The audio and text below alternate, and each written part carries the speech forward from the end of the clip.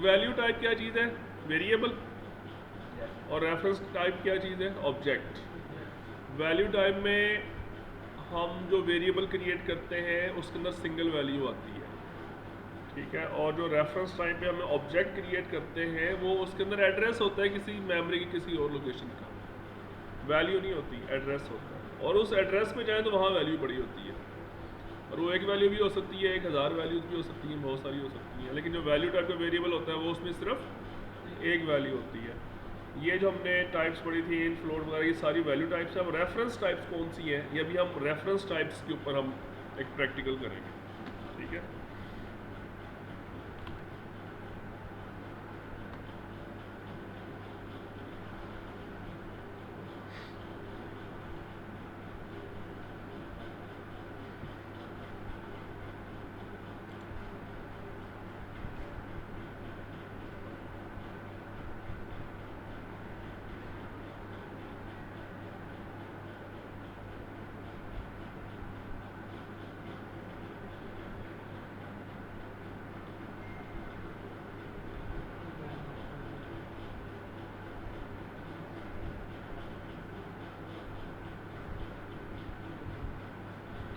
Okay, हम इसके अंदर एक नया फॉर्म क्रिएट करते हैं एक,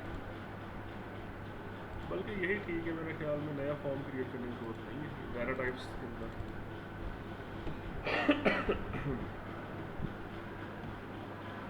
इसके लोड इवेंट में हम काम कर रहे थे, ये था ना। इसको मैं कर रहा हूँ कमेंट आउट। क्या किया मैंने? कमेंट आउट, मतलब इसको मैंने कर दिया डिसेबल। अभी कोड नहीं चलेगा, लिखा हुआ है लेकिन कंपाइलर इसको चलाएगा नहीं। इसको कहते हैं कमेंट कर दिया इसको मैंने।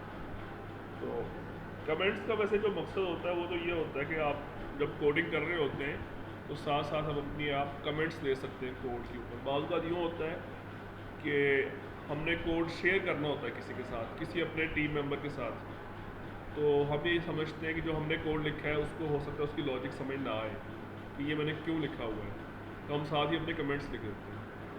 तो कमेंट्स का फ़ायदा क्या होता है, वो कंपाइलर उसको इग्नोर कर देता है, उसको एग्जीक्यूट नहीं करता, ठीक है। लेकिन वो कोडिंग रीडेबिलिटी के लिए, कोडिंग को समझने के लिए ज़रूरी होते हैं। फ़िलहाल यहाँ पे उसको मैंने यूज़ किया है जस्ट डिसेबल करने के लिए, ठीक है। अच्छा, तो अब हमने बना दी रेफरेंस टाइप। रेफरेंस टाइप जो सबसे रूट क्लास है ना रेफरेंस टाइप की, वो है ऑब्जेक्ट। क्या है वो? ऑब्जेक्ट क्लास है। तो ये इसे हम रूट क्लास भी कहते हैं सारी रेफरेंस टाइप्स की। जैसे मैंने आपको बताया नहीं था कि पेरेंट होती है, उसकी फिर चाइल्ड क्लास होती है, उसकी फिर फर्दर चाइल्ड क्लासेस होती हैं।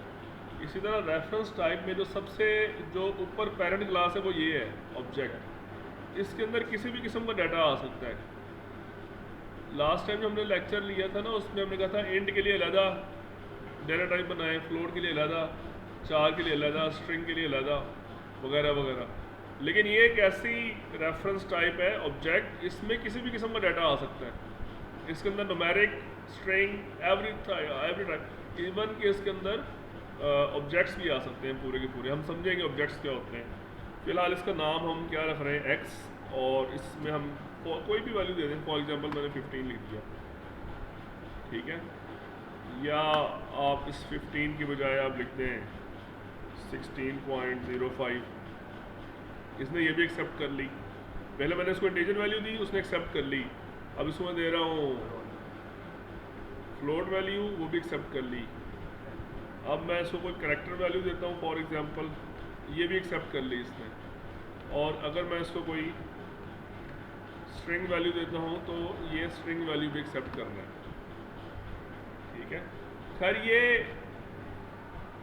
रेफरेंस टाइप जब भी बनती है तो इस तरह से हम उसको इस तरह से क्रिएट करते हैं, ठीक है। क्या लिखते हैं? सबसे पहले उस टाइप का नाम लिखते हैं, उसके बाद उसका कोई नाम जो आप रखना चाहते हैं, ABC वट इक्वल टू लिख के न्यू, और उसके बाद फिर दोबारा उस रेफरेंस क्लास का नाम। ये बेसिकली क्लास है ऑब्जेक्ट जो है ना, अब ये x जो है ये सिंपल वेरिएबल नहीं है, ये रेफरेंस टाइप वेरिएबल है, ऑब्जेक्ट है ये, ठीक है। इसी तरह आप लोगों ने इंट और फ्लोट वगैरह बनाए थे ना आपने, अगर आपने इंट टाइप का वेरिएबल क्रिएट करना तो ऐसे क्रिएट करते हैं ना। एक इंट की रेफरेंस टाइप भी है, जिस तरह से इंट की वैल्यू टाइप है इसी तरह से इंट की रेफरेंस टाइप भी है। वो कैसे? अब यहाँ पे लिखे इंट आई बड़ा लिखा है, मैंने देखा आई छोटा नहीं लिखा। जब मैं बड़ा आई लिखता हूँ तो मेरे पास देखेंगे इंट 16 का भी ऑप्शन आ रहा है, इंट 32 का भी आ रहा है, इंट 64 का भी आ रहा है। फॉर एग्जांपल मैं यहाँ पे इंट 32 सेलेक्ट कर लेता हूँ और नाम मैंने क्या रखा है इसका, बी न्यू इंट 32। एक ये भी तरीका है इंटीजर वेरिएबल बनाने का, एक ये भी तरीका है। लेकिन यहाँ पे क्या हो रहा है, वेरिएबल बन रहा है, यहाँ पे क्या हो रहा है, ऑब्जेक्ट बन रहा है, दोनों में डिफरेंस है, ठीक है। ये वैल्यू टाइप है, ये रेफरेंस टाइप है, ठीक है। इसी तरह सिर्फ इंट की नहीं है, फ्लोट की भी ऐसे हैं, डबल की भी ऐसे हैं, उनकी रेफरेंस टाइप्स हैं। लेकिन नॉर्मली इनको हम यूज़ नहीं करते, ऐसे यूज़ नहीं करते हम इनको। इंट की, फ्लोट की, डबल की रेफरेंस टाइप्स हम इस्तेमाल नहीं करते, हम डायरेक्ट उसका वेरिएबल ही क्रिएट करते हैं। हाँ, हम रेफरेंस टाइप्स बनाते हैं लेकिन दूसरी क्लासेस के बनाते हैं, इसके नहीं बनाते हैं, ठीक है। बाकी मैंने इसमें चीज़ें लिखी हुई हैं, देखें आप। रेफरेंस टाइप्स में फ़िलहाल दो ऑप्शन नहीं है, जस्ट ऑब्जेक्ट और स्ट्रिंग, ठीक है।